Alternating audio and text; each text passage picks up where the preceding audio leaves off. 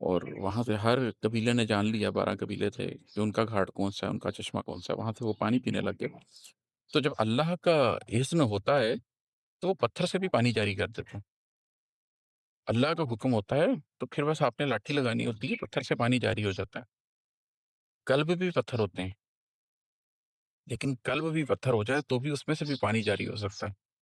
اللہ کے ذکر سے اس پتھر دل سے بھی پانی کا اجرا ہو سکتا ہے، صاف شفاف پانی بہنے لگ سکتا ہے۔ پہلے وہ آنکھ سے بہتا ہے اور پھر وہ قلب سے بھی بہنے لگ جاتا ہے۔ تو چشمہ درد محبت کا یہی مقصد ہے۔ یہ جو محبت ہے، اس کے اندر ایک درد ہوتا ہے، وہ جو درد محبت ہے نا، جو اللہ کے ساتھ آپ کا ایک تعلق ہے، جس کے اندر ایک ایک درد تو ہے، ایک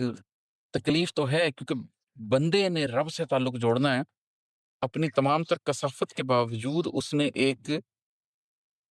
مطلب اللہ کی لطافت کو میں کیسے بیان کروں؟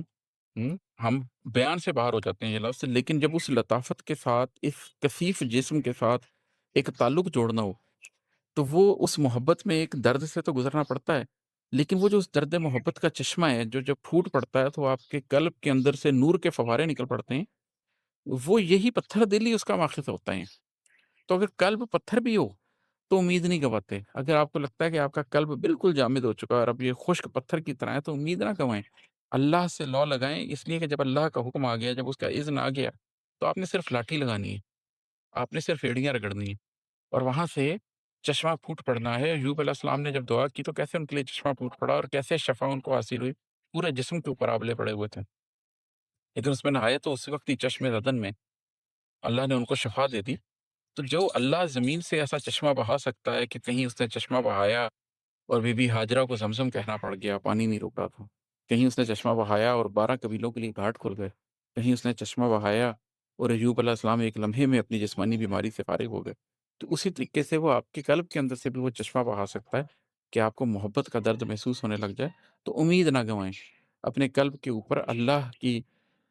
کے کلام کی ضرب لگاتے رہیں اور دیکھیے اس کا نتیجہ کیا نکلتا ہے۔ اور ہے کہ جس کی آزادی قلبی میں بدن حائل ہو، ایسے بیمار کو امید دلاتے نہیں ہیں۔ کئی دفعہ ایسا ہوتا ہے کہ آپ کو محسوس ہوتا ہے کہ میرا یہ جو قلب ہے، اس کے راستے میں میرا بدن اب حائل ہو رہا ہے۔